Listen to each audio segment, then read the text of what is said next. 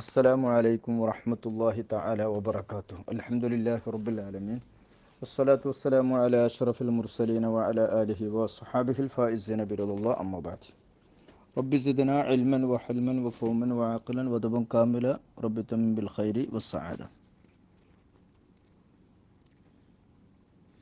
ബഹുമാനമുള്ള ഫത്തുഹൽ മൊയ്ൻ സബക്കിലെ ബഹുമാനികളെ, ബന്ധപ്പെട്ടവരെ, അഹ്ലു ബൈത്ത് പണ്ഡിതന്മാർ, മുതഅല്ലിമീങ്ങൾക്ക് ആസ്വദിച്ചുകൊണ്ടിരിക്കുന്ന മാന്യ സഹോദരന്മാരെ, ബാബ് സോമാണ് നമ്മൾ പഠിച്ചുകൊണ്ടിരിക്കുന്നത്. അതിൽ നോമ്പ് മുറിയുന്ന കാര്യങ്ങൾ, അതിൽ ശ്രദ്ധിക്കേണ്ടുന്ന കാര്യങ്ങൾ, സുന്നത്തായ കാര്യങ്ങളാണ് നമ്മൾ ഇന്നലെയൊക്കെ പഠിച്ചുകൊണ്ടിരുന്നത്. അതിൻ്റെ പ്രത്യേകമായ കാര്യങ്ങളൊക്കെ കുറിച്ച് പറഞ്ഞു. ഷഹുവത്ത്, അതുപോലെ തന്നെ നാവിനെ, ശരീരത്തെയൊക്കെ തടയേണ്ടടുത്ത് തടയണം എന്നുള്ള വിഷയങ്ങളൊക്കെ പറഞ്ഞു. ഇനി റമദാനിൽ ശക്തിയായ സുന്നത്ത്, എപ്പോഴും സുന്നത്ത് തന്നെയാണ്, പക്ഷേ റമദാനിൽ വളരെ ശക്തിയായ സുന്നത്താണ്. അതും അവസാനത്തെ 10 സദക്ക അധികരിപ്പിക്കുക. സദക്ക കൊടുക്കുക എന്നുള്ളത് സുന്നത്താണ്, എല്ലായ്പ്പോഴും സുന്നത്താണ്. റമദാനിൻ്റെ അവസാനത്തിൽ ശക്തിയായ സുന്നത്താണ്. പ്രവാചകർ റസൂൽ സല്ലല്ലാഹു അലൈഹി വസല്ലം സദക്ക അധികരിപ്പിച്ചിരുന്നു. അതും റമദാനിലാവുമ്പോൾ അടിച്ചു വീശുന്ന കാറ്റ് പോലെ എന്നൊക്കെ പറഞ്ഞിട്ടുണ്ടല്ലോ. അപ്പോൾ അത്രയ്ക്കും സുന്നത്ത് ഇതിനുണ്ട്. അതുപോലെ തന്നെ റമദാനിൽ കുട്ടികൾക്കൊക്കെ വേണ്ടിയിട്ട് ആവശ്യമുള്ളത് മേടിച്ച് കൊടുക്കുക, ആവശ്യമുള്ള ഭക്ഷണം കൊടുക്കുക, വസ്ത്രം കൊടുക്കുക, ഓലെ നല്ലവണ്ണം സന്തോഷിപ്പിക്കുക. അപ്പോൾ ആ നിലക്കാണ് നമ്മൾ 27-ാവിനൊക്കെ നല്ല ഭക്ഷണം ഉണ്ടാക്കി കൊടുക്കുന്നത്. അതാരോ മനസ്സിലാക്കി 27-ാവിന് ഭക്ഷണം ഉണ്ടാക്കി കഴിക്കലാണ് എന്ന്. അന്തം കുറഞ്ഞാലും പോരാ, അന്തത്തിന് കുറഞ്ഞതോട് കൂടുതൽ ഭ്രാന്തം വന്നാൽ പിന്നെ വേറെ പറഞ്ഞിട്ട് കാര്യമില്ലല്ലോ. അതാണ് പറഞ്ഞത്, അതൊക്കെ സുന്നത്തുള്ളതാണ്. കാരണം നമ്മളെ കാര്യങ്ങളൊക്കെ കണക്കാക്കപ്പെടുന്നൊരു നല്ല ദിവസവും കൂടി ഇതിൽ വരുന്നുണ്ട്, ലൈലത്തുൽ ഖദ്ർ എന്നല്ലേ.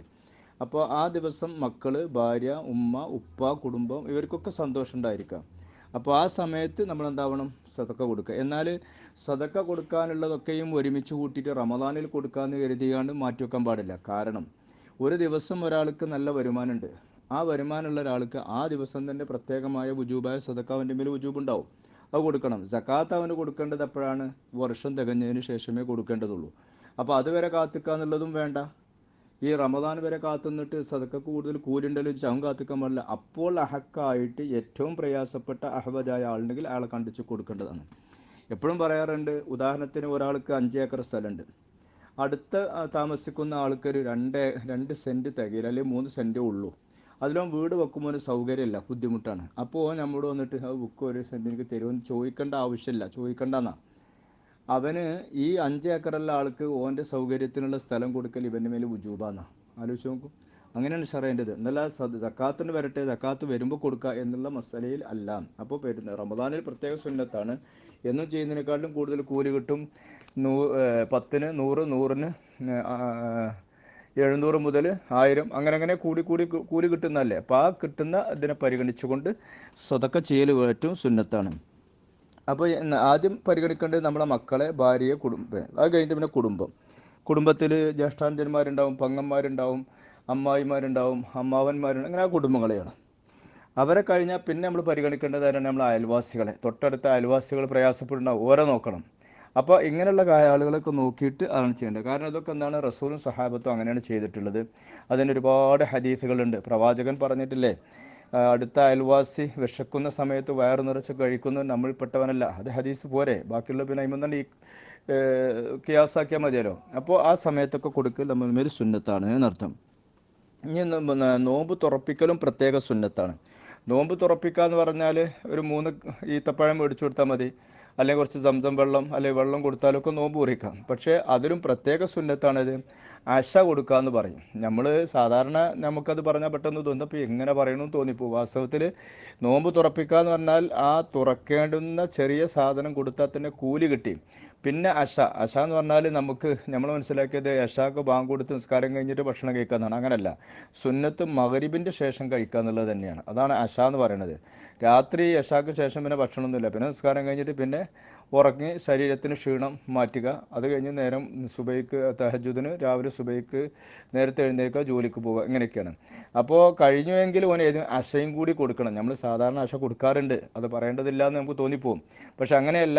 പ്രവാചക കാലഘട്ടം മുതൽ ഇങ്ങോട്ടുള്ള കാലഘട്ടത്തെ ഒക്കെ താരതമ്യം ചെയ്തിട്ടല്ലേ മസല പറയേണ്ടത്. അപ്പോൾ അത് കൊടുക്കലും സുന്നത്തുണ്ട്, പ്രത്യേകമാണ് എന്നർത്ഥം. അതുപോലെ തന്നെ പരിശുദ്ധ റമദാനിൽ ഖുർആൻ ഓതലിനെ അധികരിപ്പിക്കണം. അത് വളരെ പ്രത്യേകമായ സുന്നത്തുള്ളതാണ്. എന്നില്ലാത്തതിനേക്കാളും കൂടുതൽ കൊണ്ടുവരണം. അത് എല്ലാ സമയത്തും അവന് ബാത്റൂമിലോ കുളിക്കുകയോ ഖദാൽ ഹജത്തിന് പോവുകയോ ഒക്കെ ആണെങ്കിൽ മാത്രമേ ഉള്ളൂ. അല്ലെങ്കിൽ നജസുള്ള സ്ഥലത്ത് നിൽക്കുന്നുണ്ട്, പിന്നെ അറുക്കണോടത്തോ അതല്ലെങ്കിൽ ക്ലീനാക്കുന്ന സ്ഥലങ്ങളിലൊക്കെ നിൽക്കുമല്ലോ. അപ്പോൾ അങ്ങനെയൊക്കെ എന്നുള്ള സ്ഥലങ്ങളിൽ അല്ലാത്ത എവിടെയാണെങ്കിലും നടക്കുകയാണെങ്കിലും യാത്രയാണെങ്കിലും ഒക്കെയും പരിശുദ്ധ ഖുർആൻ ഓതിക്കൊണ്ടിരിക്കുക എന്നുള്ളത് പ്രത്യേക സുന്നത്താണ്. പക്ഷെ അത് എങ്ങനെയെങ്കിലും ഓതിയ പോലെ തദബ്ബുറോടുകൂടെ ആലോചിച്ച് ഓതണം. അപ്പോൾ അതിന് പരിശുദ്ധ റമദാനിൽ ഒരു 2 മണിക്കൂറോ 1 മണിക്കൂറൊക്കെ ക്ലാസ് വെക്കുക. അതിങ്ങനെ കേട്ട് അതിൻ്റെ ആയത്തിൻ്റെ വ്യാഖ്യാനങ്ങളൊക്കെ മനസ്സിലാക്കിയിട്ട് അതിലേക്ക് ശ്രദ്ധ കൊടുത്തുകൊണ്ട് ഓതിക്കൊണ്ടിരിക്കുക, തദബ്ബുർ ചെയ്തിട്ട് ഖുർആൻ പാരായണം ചെയ്യുക. ഇതൊക്കെ പ്രത്യേക സുന്നത്തുള്ളതാണ്. അത് ഓതേണ്ട എപ്പോഴും ഏറ്റവും സുന്നത്തുള്ളത് എപ്പോഴാണ്? പകലിൽ സുബഹിയുടെ ശേഷം, രാത്രിയാകുമ്പോൾ അത്തായ സമയത്ത്, പിന്നെ ഇഷാ മഗ്‌രിബിൻ്റെ ഇടയിൽ രാത്രി ഓതലാണ് ഏറ്റവും നല്ലത്. പിന്നെ അബുല്ലൈസ് എന്നവരുടെ ഒരു അഭിപ്രായമുണ്ട്, എങ്ങനെയാണ് ഓതേണ്ടത്?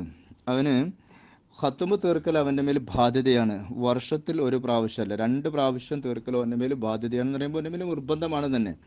അങ്ങനെ കഴിഞ്ഞിട്ടില്ലെങ്കിൽ, കൂടുതലാക്കാൻ കഴിഞ്ഞിട്ട് 2 കൊണ്ടുവരണം.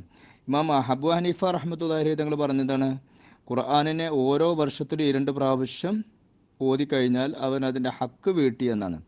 അഹമ്മദ് എന്നവർ പറയുന്നത് ഖുർആൻ ഖത്മ് തീർക്കലിനെ പിന്തിക്കൽ കറാഹത്തുണ്ട്. 40 ദിവസത്തിൽ അധികരിച്ച് എന്താവാൻ പാടില്ല, പിന്തിക്കാൻ പാടില്ല. അപ്പോൾ 40 ദിവസത്തിൻ്റെ ഉള്ളിലൊരു ഖത്മ് തീർക്കേണ്ടതുണ്ട്. നമ്മളൊക്കെ ചെയ്യാറുണ്ടോ? ആലോചിച്ച് നോക്കാം. ഒരു കാരണം കൂടാതെ 40 ദിവസത്തിൽ കൂടുതൽ ഒരു ഖത്മ് തീർക്കലിനെ പിന്തിപ്പിക്കൽ കറാഹത്തുണ്ട്. ഇങ്ങനെയാണ്. പിന്നെ അതിൻ്റെ ശേഷം വരുന്നതാണ് എഴുത്തിക്കാഫ് ഇരിക്കുക. അതിൻ്റെ നിബന്ധനകൾ, അതായത് വളരെ കുറഞ്ഞ ഒരു ടൈമാണെങ്കിലും പള്ളിയിൽ വന്നു, അത് പള്ളിയിൽ കൂടെ നടക്കുകയാണെങ്കിലും അവിടെ ഇരുന്നു അല്ലെങ്കിൽ കിടന്നു, ഇതിനൊക്കെ ആ കൂലി കിട്ടും. അതാണ്. പിന്നെ അത് ബാത്തിലാവുന്നത് സമയദൈർഘ്യത്തോടു കൂടെ പുറത്തു പോവുകയോ മറ്റൊക്കെ ചെയ്യുമ്പോഴാണ്. അത്യാവശ്യം ഖദാഉൽ ഹാജത്തിനോ മറ്റൊക്കെ പോവുകയാണെങ്കിൽ അതുകൊണ്ട് വീടൂല. എന്നാൽ ഇത് റമദാനിൻ്റെ അവസാനത്തെ 10 കൂടുതലായ പ്രത്യേകത ഉണ്ടല്ലോ. അതുകൊണ്ട് അവസാനത്തെ 10 അന്ന് അസ്തമിച്ചത് മുതൽ ഇരിക്കുക, സ്ഥിരമായിട്ട് പള്ളിയിൽ തന്നെ ഇരിക്കുക. എന്നിട്ട് പെരുന്നാളിൻ്റെ അന്ന് മാസപ്പിറവി കണ്ടു എന്ന് ഉറപ്പായ ഖുറൂബിന് ശേഷം വീട്ടിലേക്ക് പോവുക. ഇങ്ങനെ അവിടെ ഇരിക്കൽ ഏറ്റവും പ്രത്യേകമായ സുന്നത്താണ്. അതും തന്നെ ലൈലത്തുൽ ഖദറിനെ പ്രതീക്ഷിച്ചുകൊണ്ടിരിക്കുക. ലൈലത്തുൽ ഖദർ നമുക്കറിയാം, നസല ഫി ലൈലത്തുൽ ഖദർ പ്രത്യേകമായ ദിവസമാണ്. അതിനെ പ്രതീക്ഷിക്കേണ്ടത് എപ്പോഴാണ്? ഒറ്റ രാവുകളിലാണ്, അവസാനത്തെ രാവിലാണ്. 21-നാവാം, 23-നാവാം, 25-നാവാം, 27-നാവാം, 29-നാവാം. പല അഭിപ്രായങ്ങളും അതിനകത്ത് വന്നിട്ടുമുണ്ട്. ഏതായിരുന്നാലും അത് അവ്യക്തമാക്കപ്പെട്ടത് റൂഹ് നമുക്കറിയില്ല. അങ്ങനെ പലതും നമുക്ക് അവ്യക്തമാക്കി. ഖിയാമത്ത് കുറിച്ച് നമുക്കറിയില്ല. വയറ്റിനകത്തുള്ള കുട്ടിയെക്കുറിച്ച് ആണോ പെണ്ണോ നമുക്കറിയാൻ കഴിയില്ല. അതൊക്കെ ആ ഒരു പ്രസവിച്ച് വന്നൊരു പെൺകുട്ടിയുടെ വയറ്റിലാണ് പറഞ്ഞത്. അപ്പോൾ ഇതൊക്കെ ചില കാര്യങ്ങൾ അള്ളാഹു അത് മറച്ചു വെച്ചിട്ടുണ്ട്. പ്രവാചകർ സല്ലല്ലാഹു അലൈഹി വസല്ലം തങ്ങളത് പറഞ്ഞു തരാൻ വേണ്ടി വന്നപ്പോഴാണല്ലോ പാലിക്കുന്ന 2 ആൾ അടികൂടി കൂടുന്നത്. അങ്ങനെ മറപ്പിക്കപ്പെട്ടു. അതൊരു കാരണമാണ്, സബബാണെന്ന് മാത്രമേ ഉള്ളൂ. അപ്പോൾ ആ ലൈലത്തുൽ ഖദറിൻ്റെ രാവിനെ 3 പ്രാവശ്യം ആവർത്തിച്ചിട്ടുണ്ട്. 9 അക്ഷരമാണ്, 3 27ആണ്. അങ്ങനെ 27 പ്രാധാന്യം നമ്മൾ പറയാറുണ്ട്. അപ്പോൾ ഓരോ വർഷങ്ങളിലും ഓരോ ദിവസമായിട്ട് മാറിക്കൊണ്ടിരിക്കും എന്നതൊരു അഭിപ്രായമുണ്ട്. 60ഓളം അഭിപ്രായങ്ങൾ ഈ വിഷയത്തിൽ തഫ്സീറിലൊക്കെ കാണാൻ സാധിക്കും, വന്നിട്ടുണ്ട് ലൈലത്തുൽ ഖദറിന്. അപ്പോൾ അതിനെ പ്രതീക്ഷിക്കുക എന്നുള്ളതും ഏറ്റവും വലിയ പുണ്യകരമായ ഒന്നാണ്. പല മഹത്തുക്കളും അത് ജീവിതത്തിൽ അനുഭവിച്ചിട്ടേ ഉള്ളൂ. അത് ഒരു പൂർണ്ണനായതിന് ശേഷം ഷെയ്ഖ് അബുൽ ഹസൻ എന്നിവരുടെ അഭിപ്രായം, അവർ പറയുന്നുണ്ട്, എനിക്കൊരു പൂർണ്ണ പുരുഷൻ ഞാൻ ആയതിന് ശേഷം എനിക്കൊരൊറ്റ വർഷവും ലൈലത്തുൽ ഖദർ പാഴായിട്ടില്ല. അപ്പോൾ അത്ര ഗൗരവം എന്ന് വെച്ചാൽ അത് ആ സൂക്ഷ്മതയോടെ ശ്രദ്ധിച്ച് നിന്നാൽ അത് കിട്ടാവുന്നതാണ്. അവസാനത്തെ 10 കിട്ടുന്നതാണ്. അത് പ്രത്യേക സുന്നത്തായിട്ട് അത് നമ്മുടെ അജലിനെയും റിസ്ക്കിനെയും നമ്മുടെ പരാജയത്തിനെയും ഒക്കെ കണക്കാക്കപ്പെടുന്ന ദിവസമാണ് എന്ന വിഷയങ്ങളൊക്കെയാണ് ഇന്ന് നമുക്ക് പഠിക്കാനുള്ളത്. ഈ ഭാരത്തിലൂടെ ഒന്നുകൂടി സഞ്ചരിക്കാം നമുക്ക് ഇൻഷാ അല്ലാഹ്. അപ്പോൾ ഇന്നലെ പറഞ്ഞു, പിന്നെ ആരെങ്കിലും ചീത്ത പറയുകയോ മറ്റൊക്കെ ചെയ്താൽ പിന്നെ അവന് ഞാൻ നോമ്പുകാരനാണെന്ന് 2 പ്രാവശ്യം പറയണം. മനസ്സിൽ പറയുക, അതല്ലെങ്കിൽ നാവ് കൊണ്ട് തന്നെ പറയുക. റിയാ വരൂല എന്ന് തോന്നുന്നിടത്ത്. ഇനി 2 ഒന്നിൻ്റെ മേൽ ചുരുക്കുകയാണെങ്കിൽ നാവ് കൊണ്ട് പറയലാണ് ഏറ്റവും നല്ലത് എന്നും പറഞ്ഞിട്ടുണ്ട്. അത് കുറച്ച് ചിന്തിക്കേണ്ട സ്ഥലമാണ്. അപ്പോൾ റിയാ വരൂല എന്ന് കണ്ടാൽ, വരുമെന്ന് കണ്ടാൽ മനസ്സിൽ പറയാം. വരുന്ന് കണ്ടാൽ പറയണ്ട, വരൂലെങ്കിൽ നാവ് കൊണ്ട് തന്നെ പറയാം. ഇനി നാവ് കൊണ്ടാണ് പറയേണ്ടത് മനസ്സിലാണ് പറയേണ്ടത് എന്നതിൻ്റെ മേലിൽ അവന് ചുരുക്കലിന് രണ്ടാലൊന്നും ചുരുക്കാമെന്ന് മനസ്സിലാക്കിയാൽ അപ്പോൾ ലിസാനാണ് നല്ലത് എന്നാണ്. അപ്പോൾ പിന്നെ അവിടെ അവർ ഇയാവ് വരൂലേ എന്നൊരു സംശയം. അപ്പോൾ രണ്ടാലൊന്നിൻ്റെ മേൽ ചുരുക്കുക എന്ന് വെക്കുമ്പോൾ അവിടെ നാവ് കൊണ്ട് പറയലാണ് നല്ലത് എന്ന്. അപ്പോൾ പിന്നെ അവിടെ ഒരു സംശയം പിന്നെ റിയാ, അപ്പോൾ അവിടെയും വരൂലേ ഒരു സംശയം അവിടെ ഉദിക്കാനുണ്ട്. അതുകൊണ്ട് ഷറാഹിൽ പറയേണ്ട ഫല്യത്ത അമ്മൽ നിന്ന് അമ്മലൂടെ ചിന്തിച്ചിട്ട് മനസ്സിലാക്കിക്കോ കാര്യം. അപ്പോൾ ഇങ്ങനെയുള്ള റിയാ വരുന്നതുണ്ടെങ്കിൽ ഇങ്ങനെ ചുരുക്കണം എന്ന് അറിയുന്ന ഒരാൾ ആ റിയാഇനെ ഒഴിവാക്കും എന്നങ്ങൾ മനസ്സിലാക്കിയാൽ മതി. അപ്പോൾ അവന് ഇതുകൊണ്ട് പറയാം, നാവ് കൊണ്ട് പറയാം ഇന്നി സ്വായിമുൻ എന്ന് പറയാം. പിന്നെ നോമ്പുകാരനാണ്, നോമ്പാകുമ്പോൾ അതിൻ്റെ അദബും അച്ചടക്കമൊക്കെ ഉണ്ടാകുമ്പോൾ റിയാവ് സ്വാഭാവികമായിട്ടും ഇല്ലാതാവാനാണല്ലോ സാധ്യത വരുന്നത്. അതുകൊണ്ട് അങ്ങനെ തന്നെ നാവ് കൊണ്ട് പറയാം എന്നർത്ഥം വെക്കാം. സുന്നമ തഅക്കുദി, ശക്തിയായ തഅക്കുദോട് കൂടെ സുന്നത്താണ് എന്ന് വെച്ചാൽ അല്ലാത്തപ്പോഴും റമദാൻ അല്ലാത്തപ്പോഴും സുന്നത്തുണ്ട്. അപ്പോൾ റമദാൻ ആകുമ്പോൾ പ്രത്യേക സുന്നത്തുണ്ട് എന്നർത്ഥം.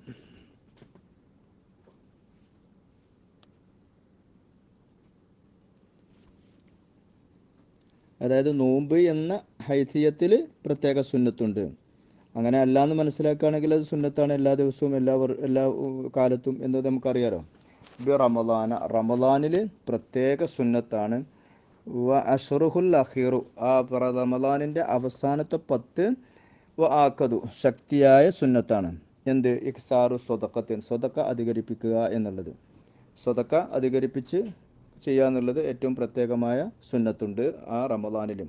എന്ന് വെച്ച് അത്യാവശ്യമുള്ളവരും അഹ്വജായ ആളുകളും ഉള്ള സമയത്ത് റമദാൻ ആവട്ടെ എന്ന് കരുതി പിന്തിപ്പിക്കാൻ പാടില്ല, അതൊരിക്കലും പറ്റില്ല. അതുപോലെ തന്നെ തൗസിഅത്തിൻ അല അയ്യാലിൻ, കുട്ടികളുടെ മേലൊക്കെ ഭക്ഷണത്തിലും വസ്ത്രത്തിലും അവരുടെ ആവശ്യങ്ങളിലൊക്കെ എന്താണ് വിശാലത ചെയ്തു കൊടുക്കുക, അതൊക്കെ പ്രത്യേക സുന്നത്താണ്. വയഹ്സാനിൽ അക്കാരിബി, അക്കാരിബിലേക്ക് അതായത് കുടുംബക്കാരിലേക്കൊക്കെ ഇഹ്സാൻ ഗുണങ്ങൾ ചെയ്യുക, നന്മ ചെയ്യുക. വൽ ജിറാനി, അയൽവാസിയിലേക്കും. ഇതൊക്കെ എന്താണ് ഇത്തിബായിന് വേണ്ടി റസൂലും സഹാബത്തും അങ്ങനെയാണ് ചെയ്തിട്ടുള്ളത്.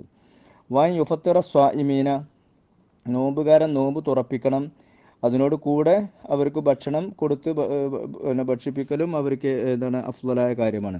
അത് നമ്മുടെ നാട്ടിലൊക്കെ സാധാരണ നടപ്പുള്ളത് തന്നെയാണ്. പക്ഷേ റസൂലുള്ളാഹിയുടെ കാലഘട്ടം മുതലുള്ള കാര്യത്തെ വിലയിരുത്തണമല്ലോ. അതുകൊണ്ടാണ് ഒരു 2-3 കാരക്കയോ വെള്ളമൊക്കെ കൊടുത്ത് നോമ്പുറപ്പിച്ചാലും കൂലി കിട്ടും. അപ്പോൾ ഭക്ഷണം കൊടുക്കലും സുന്നത്തുണ്ട് എന്നതിന് കൂട്ടം മനസ്സിലാക്കാം. അപ്പോൾ ഇനി വിളിച്ച നോമ്പുകാരന് പിന്നെ നോമ്പ് മുറിയാവുന്ന ഗൈബത്തോ നമീമത്തോ പോലത്തതൊക്കെ കൊണ്ടുവന്ന നോമ്പിനെ ബാത്തിലാക്കിയിട്ടുണ്ടെങ്കിൽ ആ നോമ്പുകാരനെ നോമ്പ് ഉറപ്പിക്കൽ കൊണ്ട് കൂലി കിട്ടും. അത് നമ്മൾ നോക്കണ്ട, അതൊന്നും പഠിച്ചുകൊണ്ടുള്ളതാണ്. നമ്മൾ നോമ്പുകാരനാണ് എന്ന ഹിസ്യത്തെ ചെയ്യുന്നതുകൊണ്ട് നമുക്ക് കൂലി കിട്ടും. ഫത്തറ സ്വാഇമീന, നോമ്പുകാരൻ നോമ്പ് തുറപ്പിക്കുക.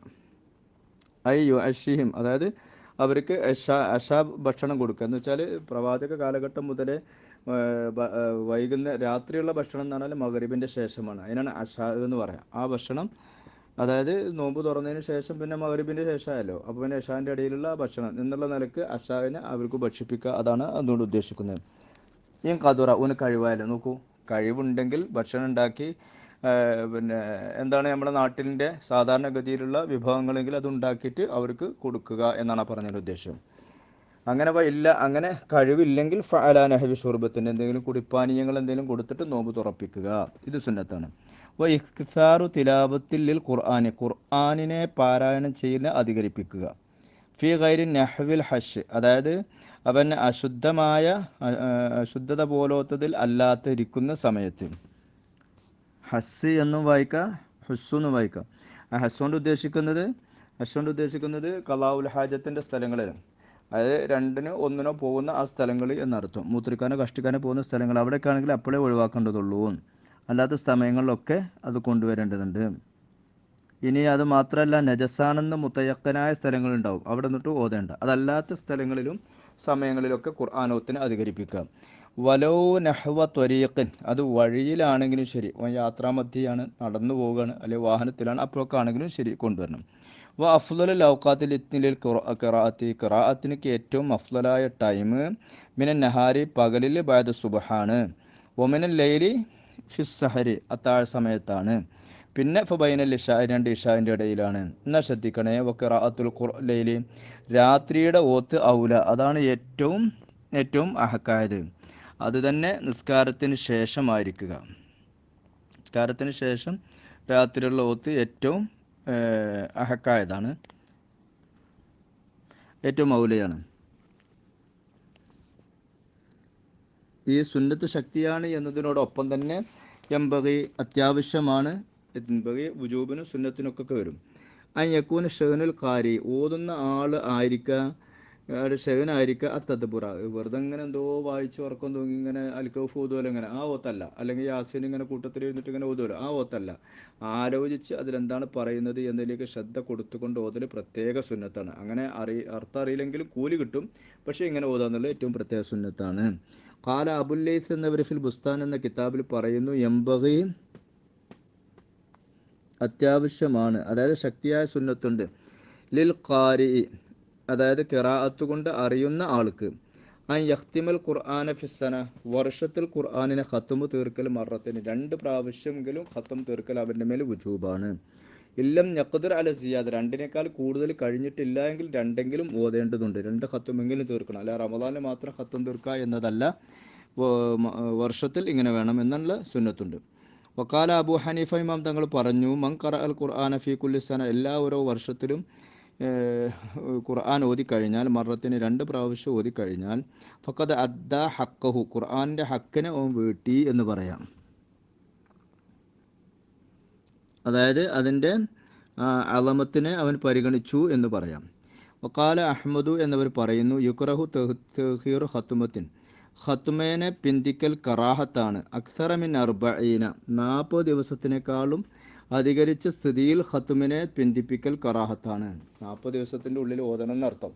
അപ്പോൾ അതിനെക്കാട്ടും പിന്തിപ്പിക്കൽ കറാഹത്താണ്. യോമൻ 40 യോമൻ ബിലാ, ഒരു കാരണമല്ല, ഹോസ്പിറ്റലിലാണ്, ജോലി തിരക്കാണ്, മറ്റുള്ള മശക്കത്തുകളെ കൊണ്ട് ഇതൊന്നും ഇല്ലാതെ വെറുതെ എന്തായി ഒരു 40 ദിവസത്തിനെക്കാട്ടിലും അധികരിച്ച് ഖുർആൻ ഖത്തും തീർക്കലിനെ പിന്തിപ്പിക്കൽ കറാഹത്താണ്. ഇല്ലേ ഹദീസ് ഇബ്നു ഉമർ റളിയല്ലാഹു തആല അൻഹു, ഇബ്നു ഉമർ എന്നവരുടെ ഹദീസ് ഉണ്ടായതിന് വേണ്ടി അങ്ങനെ പിന്തിപ്പിക്കൽ കറാഹത്താണ് എന്നതിനെ അറിയിക്കുന്ന ഹദീസുണ്ട്. ആ ഹദീസിൻ്റെ അടിസ്ഥാനത്തിൽ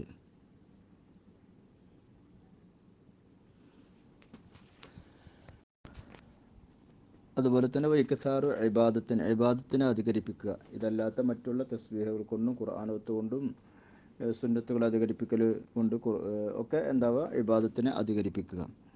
വൈക്കസാറ് ഇബാദത്തും എഴുത്തിക്കാഫിനെയും അധികരിപ്പിക്കുക. ലിലിത്തിബായി റസൂലും സഹാബത്തും ചെയ്ത അടിസ്ഥാനത്തിന് വേണ്ടി. സിയമ പ്രത്യേകിച്ച് അഷ്റു ആഖിറി, അവസാനത്തെ 10. സിയമ എന്നുള്ളത് ബിത്തഷ്ദീദിൽ യാ ആണ്, യാനിക്ക് ഷദ്ദുണ്ട്. ചിലപ്പോൾ എന്താകണം സിയമ എന്നുണ്ട്. വല്ലഫ്സഹു ജറുമാ ബഅദഹ, സീൻ്റെ ശേഷമുള്ളതിനക്ക് പിന്നെ ജറ് ചെയ്യലാണ് ഏറ്റവും അഫ്സഹ്. ഇപ്പോൾ തഖ്ദീമുല്ല അലൈഹ, അതും നല്ലതാണ്. ലാന അതിൻ്റെ മുമ്പ് മുന്തിക്കുക, ലാ സിയമ എന്ന് പറയാനും. അതിലുള്ള മാ സായിദയാണ്. വഹിയ ദാലത്തുൻ അല അന്ന മാ ബഅദഹ ഔലുൽ ഹുക്കും, ഈ വാക്കിന് ശേഷം വരുന്നത് പ്രത്യേകമായി പരിഗണിക്കപ്പെടേണ്ട ഹുക്കുമാണ് എന്നതുകൊണ്ട് അറിയിക്കുന്നു. മിമാ ഖബലഹ, മുമ്പ് ഉള്ളതിനെക്കാട്ടിലും എന്നൊരു പ്രത്യേകത ആ വാക്കിനുണ്ട്. അശ്രി ആഖിരി, അവസാനത്തെ 10. ഫയതഅക്കദു ലഹു ഇക്സാറു സലാസത്തിൽ മദ്കൂറത്തി, ഈ പറയപ്പെട്ട 3 ഖുർആൻ പാരായണം, സദഖ ചെയ്യൽ, അതുപോലെ തന്നെ എഴുത്തിക്കാഫ്, ഇതൊക്കെ ഏതാണ്, ശക്തിയായ സുന്നത്താണ്. അതിൽ ഇത്തിബായ്, ഇതിനൊക്കെയും ഹദീസുണ്ട്. സ്വഹാബത്ത്, റസൂലും സ്വഹാബത്തും ചെയ്ത ലക്ഷ്യം അതിന് മുമ്പിലുണ്ട്. വയുസന്നു, അത് മറ്റൊരു വിഷയത്തിലേക്ക് വരികയാണ്. ഇൻഷാ അല്ലാഹ് നാളെ നമുക്കത് പഠിക്കാം. അല്ലാഹു തൗഫീഖ് ചെയ്യട്ടെ. ദുആ വസിയത്ത്. അസ്സലാമു അലൈക്കും വറഹ്മത്തുള്ളാഹി വബറകാതുഹു.